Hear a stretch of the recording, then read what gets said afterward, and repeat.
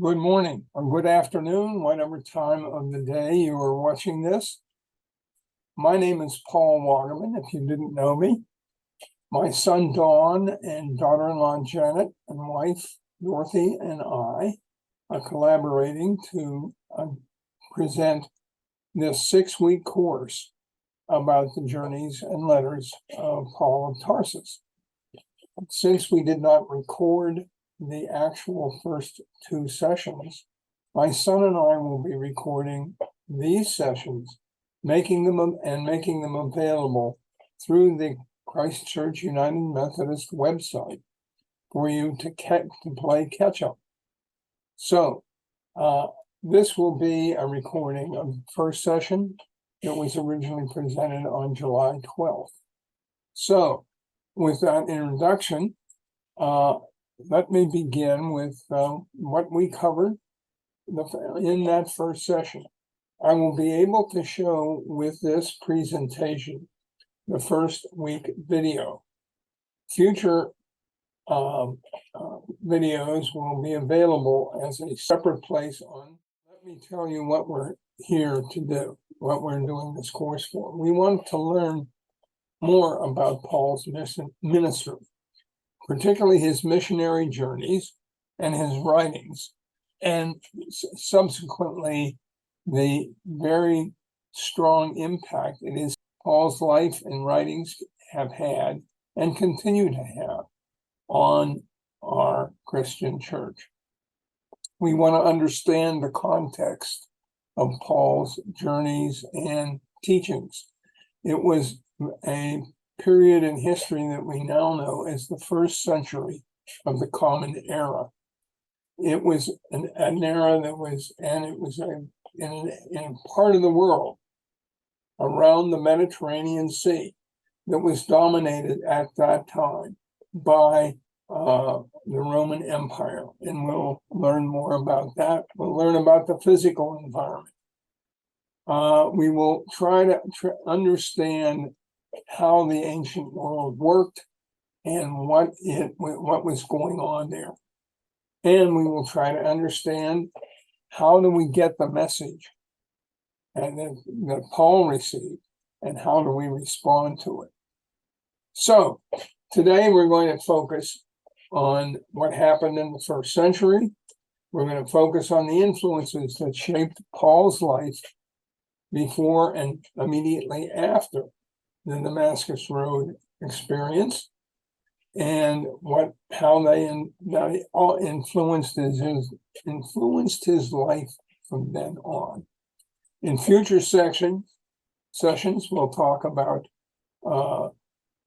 his life after that incredible Damascus Road experience, and into and through his first missionary journey, which he took with Barnabas. Oh, yes. So then in session 3, we will talk about the early part of his long, torturous second journey, and that will be completed in session 4. Session 5 will get into Paul's third journey, and section 6 will talk about the period of his trial, his captivity in Rome, and the legacy and how that legacy was built. So that's how we're going to do. It will be impossible to make the videos for the call available outside of the Wednesday night sessions unless you wish to register with Abington Press and establish an Amplify Media account under the sponsorship of Christchurch. Instructions to do this are on the screen, and you may pause this video and read them, and we encourage you to register. This will allow you not only to review missed sessions, but also to preview and prepare for these sessions when you wish to do so. And there will be no charge to you for this service. You may also use the account to access other materials Amplify Media Library has that may be of interest to you as well. When you are creating an account, go to the amplifymedia.com address that's printed in the description here, and click on the person icon at the top right, then enter the church access code, which appears on your screen. Once you enter this, you will be allowed to register and create an account with your name, email, and a password, and nothing else. That will do it. You will be attached to the church's system, and we will be able to keep in touch with you. So please feel free to do this. You will be able to use it as you need. Thank you. Okay, let's come back. And at this point in the first session, we broke into small groups to discuss what we learned in the film and what we learned from reading the first chapter of Adam Hamilton's book. Some of the questions that were discussed by members of the class that were here were such things as, what other biblical figures spent time in, quote, the wilderness, end quote, and how was their time spent there? Adam Hamilton suggests that we all need times of silence and study and prayer, reflection, and listening for God's voice. How and where in your life do you make time to do these spiritual practices? Paul, in his early training, had one foot in two worlds. I suggest there may have been three worlds, but we'll get to that later. How do you think this may have affected his life and ministry? Finally, how would you have felt if you were Ananias? That question was put to us by Adam Hamilton. And Ananias was told by the Holy Spirit to help Saul, a persecutor of Christians. What would you have done in that situation? So I invite you to take a little time now and just set this aside, put it on hold. It'll be here for a while. It'll be here when you come back. And think about some of those questions. And then when you're ready, or if you're ready now, let's just go on. What I'd like to do now is emphasize some of the points that Hamilton made very quickly on the historical context of Paul's conversion and his future presence.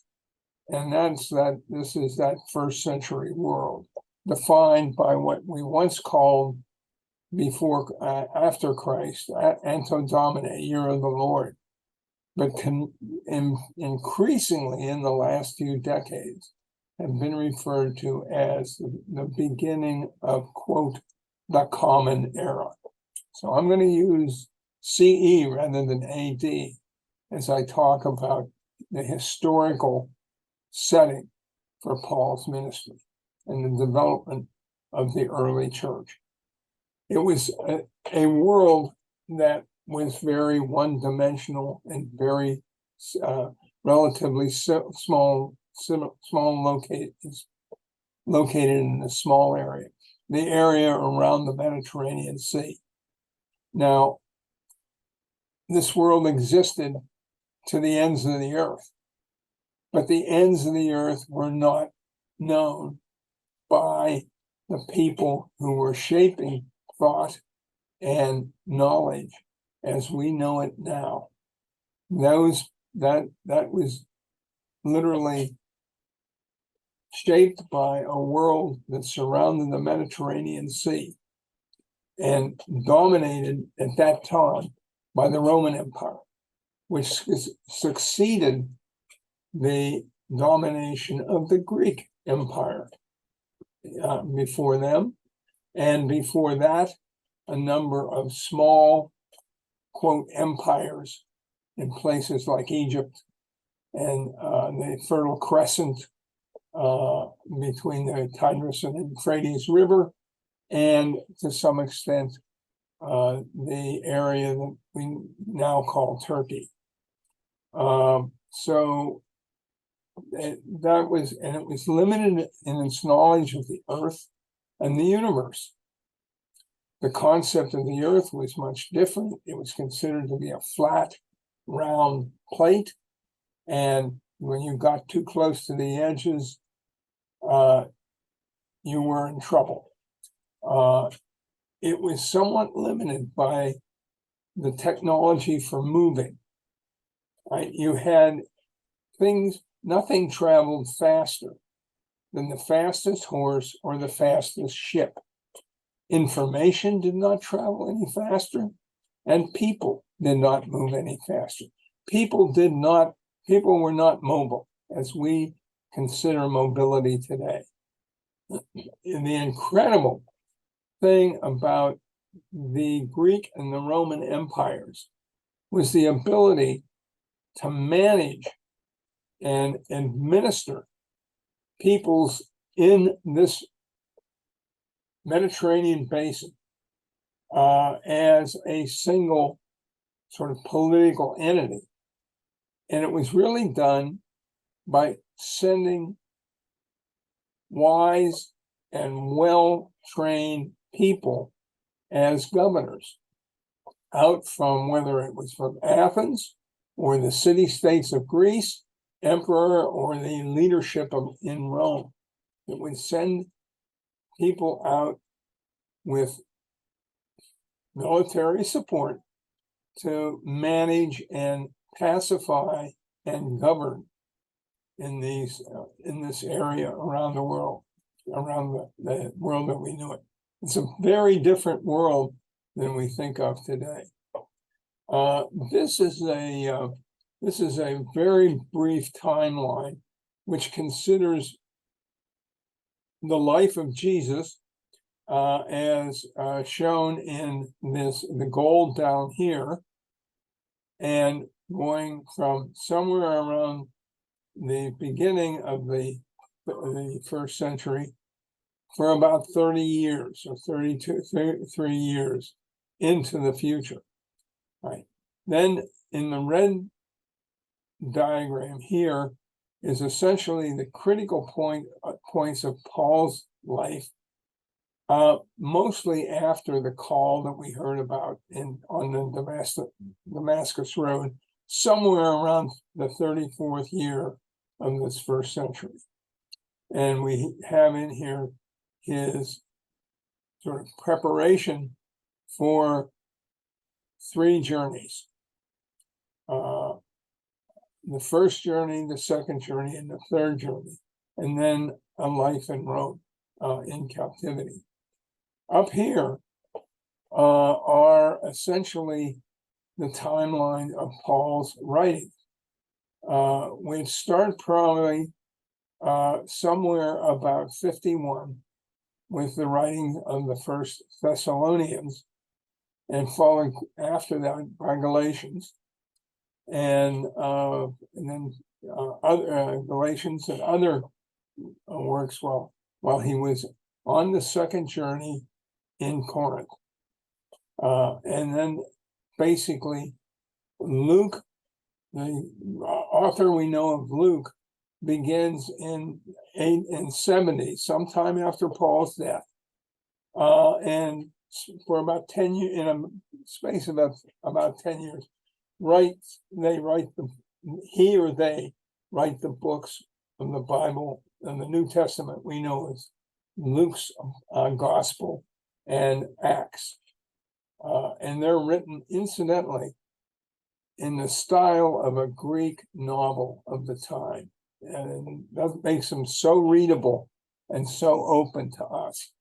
The final book of the Bible was probably written somewhere around 90 to 95 of the Common Era. by somebody who called themselves John was not likely either the John who baptized Jesus, or the so-called apostle that Jesus loved, who was probably a young man at that time, but probably it was a follower of that St. John that wrote Revelation on a Greek island, and we'll talk more about that in the future. So, and this is essentially the political oversight of the whole first century. The emperor who became emperor of Rome before that, about 25 years before the century started, but his influence carried over and really was the start of the third of the world. It was Augustus, the emperor who followed him, that was in power about the time that Jesus was born. Pontius Pilate, we know, is kind of one of the villains of the Passion story, ruled in Palestine from 26 to 36. And so that's sort of a fact that's documented in the Roman records. So we know it was in that period that Jesus preached, taught, and came up against the religious authorities in Jerusalem, and was crucified, dead, buried, and rose from the dead. An uprising in Palestine, relatively late in this period, caused the Romans to destroy the temple and really facilitate the Jewish diaspora, which we'll talk about in a minute, the Jewish diaspora to all parts of the Roman Empire. The Roman Empire was indeed shocked and somewhat dismayed by the eruption of Mount Vesuvius, again documented in 79 years of the Common Era. That was considered to be a message from their gods that the Roman Empire had kind of fallen into dismay and rot. The villain of that story was the Emperor Nero. But this happened, we're talking about 10 to 15 years after Paul was beheaded, after Peter was killed, and really kind of resulted in a major reform in how Rome was governing the world at that time, the known world. So anyway, that's the century, the first century of the Common Era, where Paul was working and teaching. And Paul spent much of his time in this area that's known as Asia Minor. It's now part of Turkey, but it includes the area at the eastern end of the Mediterranean Sea. And the little red arrow here points out that the two spots of this first part of the story are a bit south of this center, this area that was known as Asia Minor. We have a friend whose parents lived in this area, and specifically on Cyprus, who toured a great deal in the Mediterranean area. And this is a photo that he took in the middle 1950s of the area around Tarsus and some of the ruins there not covered by the city of Tarsus. But this is, I point this out to just show what the the general area looked like. Now, our friend Adam Hamilton talks about the two worlds that Paul lived in. I will agree with him about the first one, the Jewish world. I disagree. I think there's more subtlety in the Roman and the other world, what Hamilton calls the Roman world, and we'll get into that. Anyway, summary. He was born of a Jewish family that were also Roman citizens, probably had to do with their service to the emperor, even before Paul was born. And that kind of service won you a very prized status in the Roman Empire, and that is citizenship. And we'll get to that later and what that meant to him. They were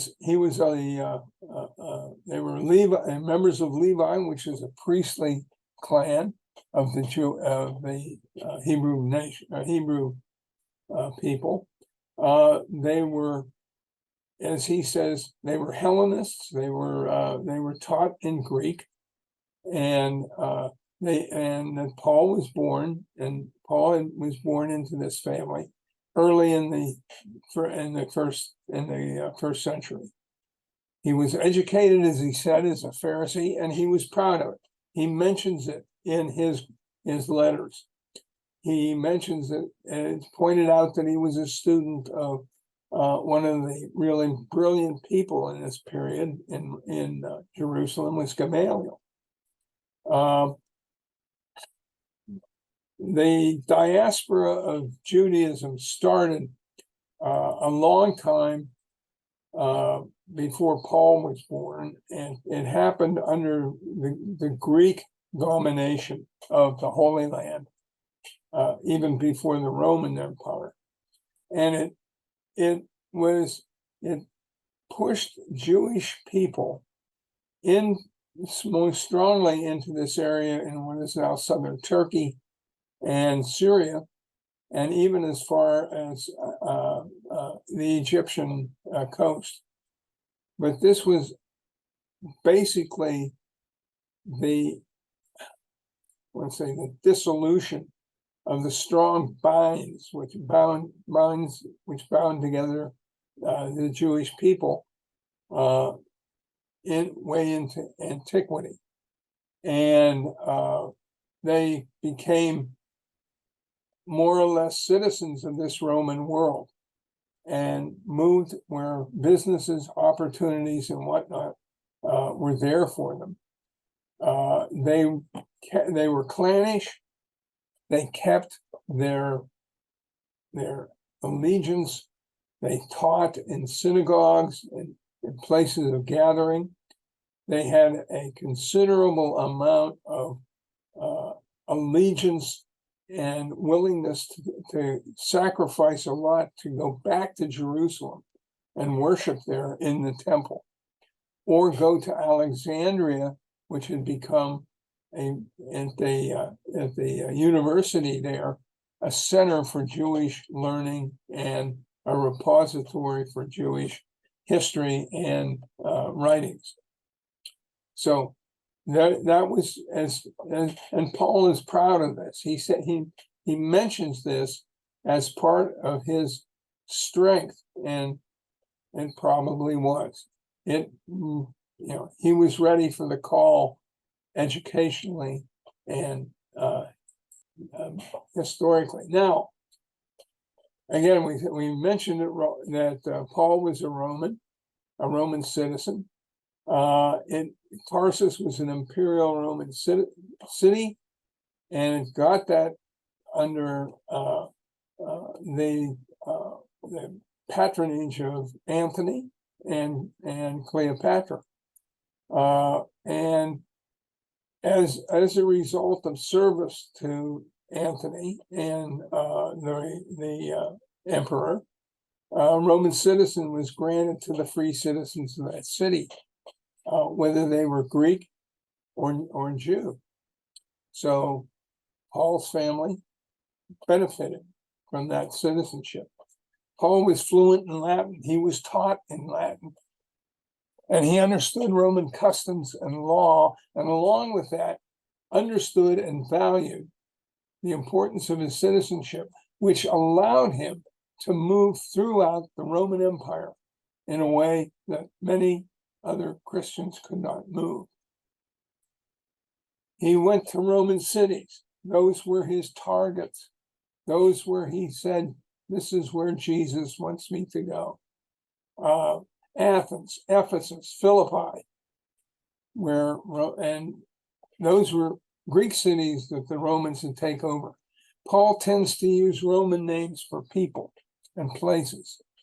He tends to consider Galatia the Roman province of Galatia, and not the Greek province of Galatia, which was bigger and more to the north in that area. We've been at this map before. This was the Roman world of and where the Roman what the Romans call these various areas. So keep that in mind as we go. I talk about Paul's Greek. He was a Greek as well as a Roman, and I think these are just as important as the Roman things we talked about. Greek culture in the ancient world was moving theologically toward monotheism under the leadership of thinkers and philosophers like Socrates and Plato. And think about this. What did Paul preach about when he was in Athens, the center of Greek learning? He preached about the unknown God and the thinking that there must be, the world is not essentially a toy of a group of gods in our mythology that act like human beings. The Greek mind was beginning to think there's got to be something better than that, and that was going on. That was a big part of being able to attract non-Jews into the Christian movement as it was developing after about the 30th year of the first century. The Greeks had a culture that had a strong place for cities as economic and social centers. City-states were what evolved into imperialism, both under the Greek, as the Greeks developed in the late part of the periods before the Common Era and before the growth of the Roman Empire. The Greek language was the written language of learning and culture, even though Latin was the language of the lingua franca, the language of commerce and the language of governance. And it's complex. The Greek language is complex, and it is capable of expressing abstract ideas. You've always heard the Greeks have a word for it, and as you study the Bible, which was translated, the Jewish Bible, the Septuagint, was transferred into Greek, and those were probably the scriptures that Paul used. They were probably the scriptures that the learned Sanhedrin of the Jewish faith in Jerusalem, that's probably the scriptures they used. All right. And the letters, as far as we know, were originally written in Greek. I do not believe that anybody has ever recovered what have proven to be original manuscripts written by Paul or one of his many secretaries that would write things for him often. So and we'll talk a little bit more about why that might have been necessary.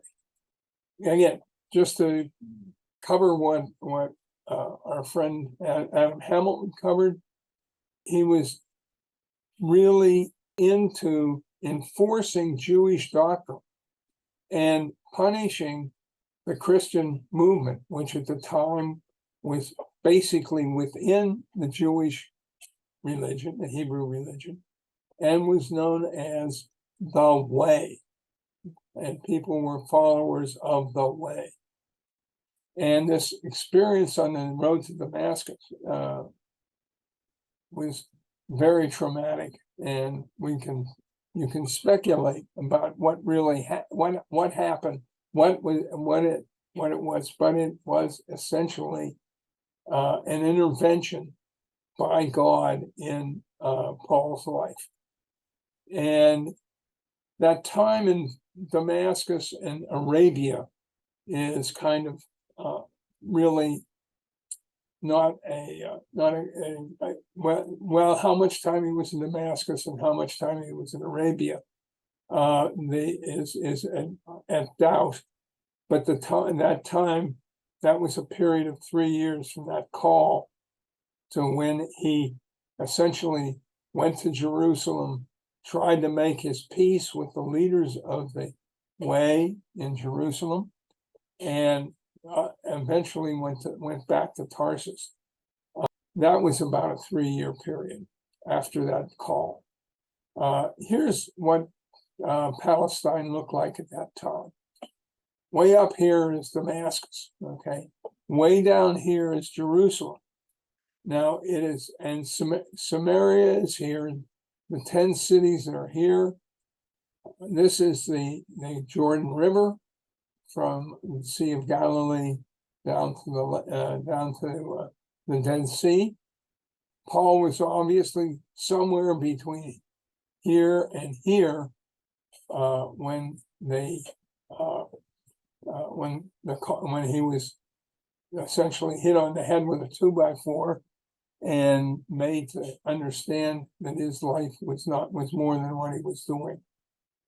This area out here is Arabia, and it's probably in this area, which coincidentally is the same area that the Hebrews, after they left Egypt, after they left captivity, so the captivity in Egypt following Moses, it's probably this area and the area directly to the south of this where they wandered, that in this same desert. And some of the spots that you can visit in this desert area, south of Amman, Jordan, which is located about right here, you can feel the desolation, the isolation, and the chance to really think and hear and listen. Very quickly, I'm going to touch on these points of Paul's kerygma. Kerygma is a Greek word that basically stands for the God, and it's been turned into the gospel. It's been turned into what